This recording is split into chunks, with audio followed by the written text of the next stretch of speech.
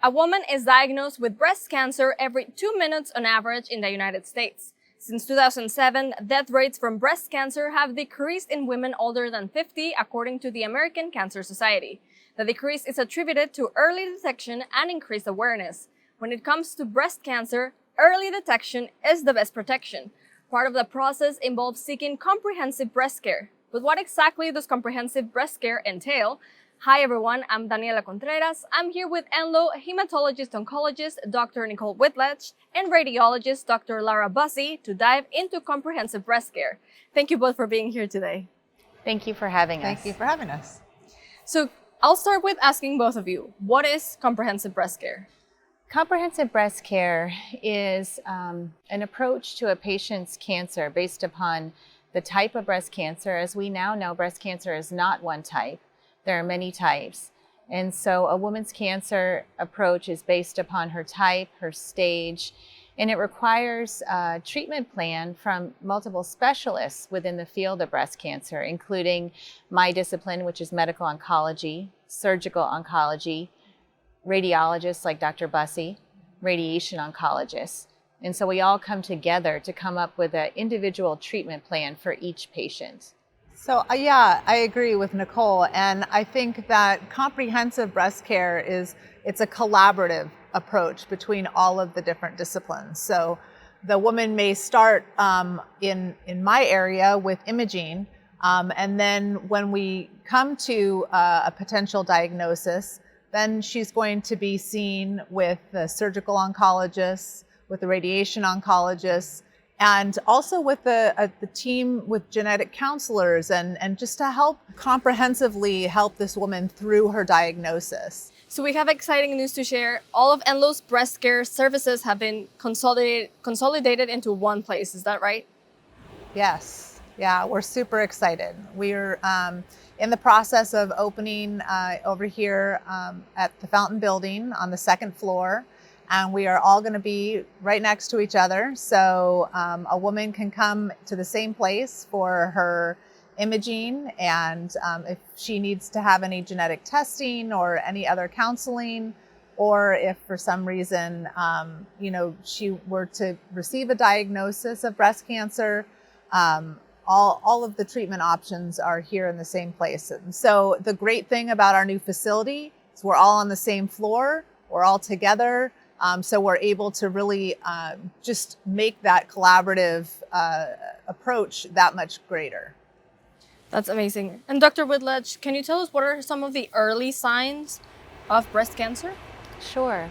Probably the earliest sign would be changes to a woman's breast. So it's always important to note if there's a new lump or skin changes, or sometimes changes in the nipple itself. And so bringing those changes to your doctor's attention are really important. Wow. And Dr. Bussey, if someone suspects that something is different or wrong, what should they do? Well, as Nicole just mentioned, definitely reach out to your provider. So reach out to your provider and get an appointment, make an appointment to discuss your concerns, have likely an evaluation by the provider. And hopefully that will then potentially lead to them easing your mind or potentially going on to additional imaging with us in the radiology department. And when should someone get a mammogram and how often? So we go by the ACR guidelines, the American College of Radiology, and we recommend that women get their first mammogram at the age of 40. And then every year after that. So a yearly, once they start at 40, they should get a mammogram every year after that. Some women actually might be recommended to start before that. It all depends on your risk status. So the age of 40 is for someone with a normal risk. And sometimes women can start as early as 25 if they have a higher risk, say a family history of breast cancer or a genetic predisposition. And those are things that you can get checked out with your provider, who can also refer you to some of the genetic counselors that we have here at the breast center. And can you describe what does a mammogram look like? What happens during a mammogram? What can people expect? Is it painful? So when a woman comes in for her mammogram, Basically, we're taking an x-ray of the breast. In order to take the best x-ray of the breast, we have to compress the breast. So that's one thing that women get a little anxious about.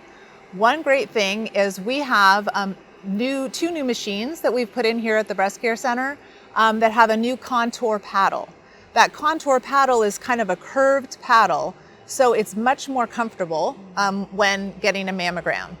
Women differ as far as some women have more pain, some women have less pain. So it's kind of an individual matter. What I always recommend is if you're a woman who has breast pain during your period, to definitely adjust when you're going to get a mammogram depending on your cycle. So don't sign yourself up to come get your yearly mammogram when you're in that part of your cycle where your breasts are already tender, because that's gonna not be a good experience. So, just some things to think about, but everybody's different, and usually it's not as painful as some people might think. Oh, great. That's good to know. Dr. Whitlatch, if someone has history of breast cancer in their family, what can they do to reduce their risk of getting this disease?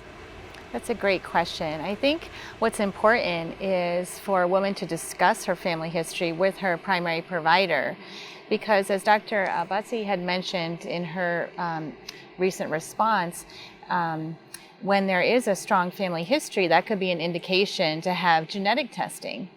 We now know that up to 10% of all breast cancers can be inherited. And so having that knowledge, for example, if a woman had a BRCA1 or BRCA2 mutation, can change the screening recommendations and lead to earlier detection. And so we do have genetic counseling in a high-risk clinic, it's called, at our breast care center, where a woman could be referred if she does have a strong family history. In addition to consideration of genetic testing, there are some lifestyle modifications that have been proven to reduce the incidence or occurrence of breast cancer. And so these things include regular exercise is important.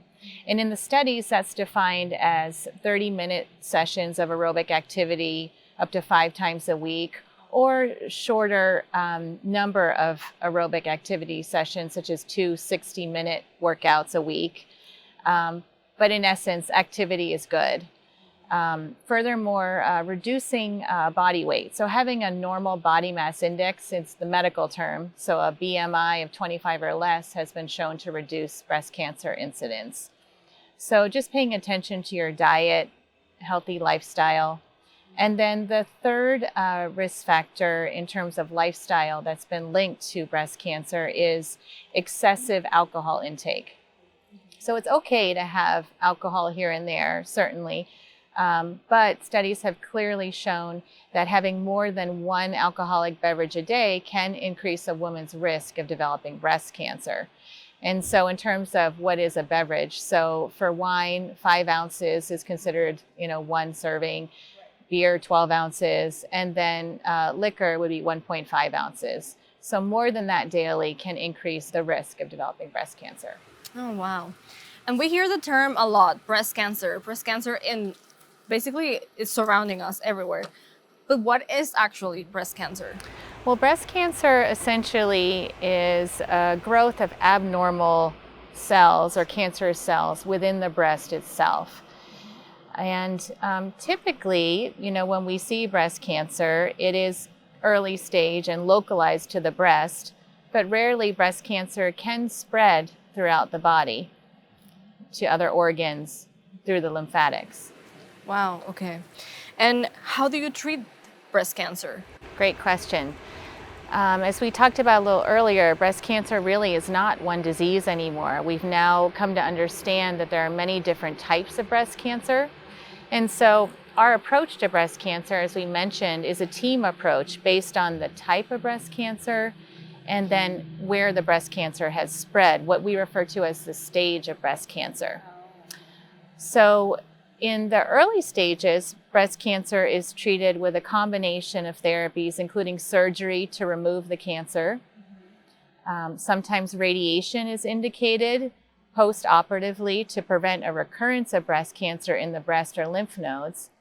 And then what I provide as a medical oncologist is breast cancer therapies that reduce the recurrence of breast cancer anywhere in the body.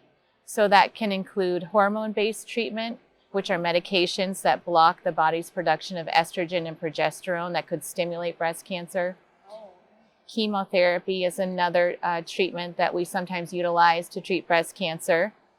And that can be utilized prior to surgery to shrink a tumor, for example. And a case where we would do that is when the breast cancer has already spread to the lymph nodes. Then we'll sometimes treat with chemotherapy prior to surgery.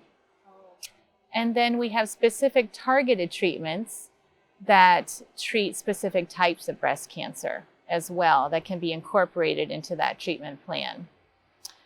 But that's why, we've discussed having that multimodality treatment approach is so important for every patient. Wow, this is so interesting.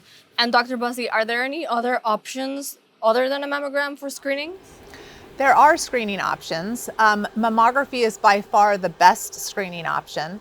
We've actually shown through research that since 1990, mammography has decreased mortality in women that have been diagnosed with breast cancer by 40%.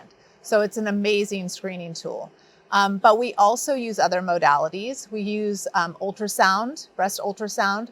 A lot of times we'll use breast ultrasound in young patients. If a young woman comes in before the age of 40 and is not at high risk and has a palpable abnormality, feels something in her breast, or has pain that she's concerned about, or prominence of the lymph nodes in her axilla, a lot of times we'll start with looking at those areas with ultrasound. Ultrasound is also used sometimes after mammography. So we use mammography, and not everything is seen on a mammogram. And then also with high-risk patients, we will use MRI. So breast MRI is another imaging modality that we'll use to evaluate a woman's breasts. A lot of times we use that with, like I said, the high-risk patients. And that's just because it's an additional evaluation for those patients that we might need to take a closer look at. And you touched on this a little bit, but when should women start self-examining? At what age? So breast self-exams really should start as soon as you start developing breasts. Oh, wow.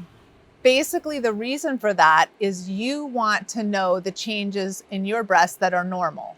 So your breasts are going to go through changes during different times of the month, during your menstrual cycle. And if you are feeling those on a regular basis, you know that that's just part of who you are. And you will also know when you feel a change and a difference. So I recommend that women do a breast self-exam every month at the same time of the month. Usually it's best to do it not during, either your ovulation week or your period week. So sometime in between those times, just because your breasts are changing more during those times, your hormone levels are changing more during those times. So there could be some differences that might make you worried that it's just your normal, tissue changes. But doing a breast self-exam once a month, every month, and then going into your provider for a yearly exam as well in the office is recommended. Awesome. And then, are there risks associated with mammograms? You mentioned there are x-rays. Right. So anytime we use radiation, there's always a risk involved. The risk of mammography, or the benefit of mammography, far outweighs the risk of mammography. People are always very concerned about radiation, but actually a mammogram is equal to or less radiation than a chest x-ray. So if you've ever had a chest x-ray, it's about the same amount of radiation. And what a lot of people don't know is we're exposed to radiation every day all around us. So we get more radiation, say, when we take an airplane flight, because the radiation is higher as we get higher in altitude.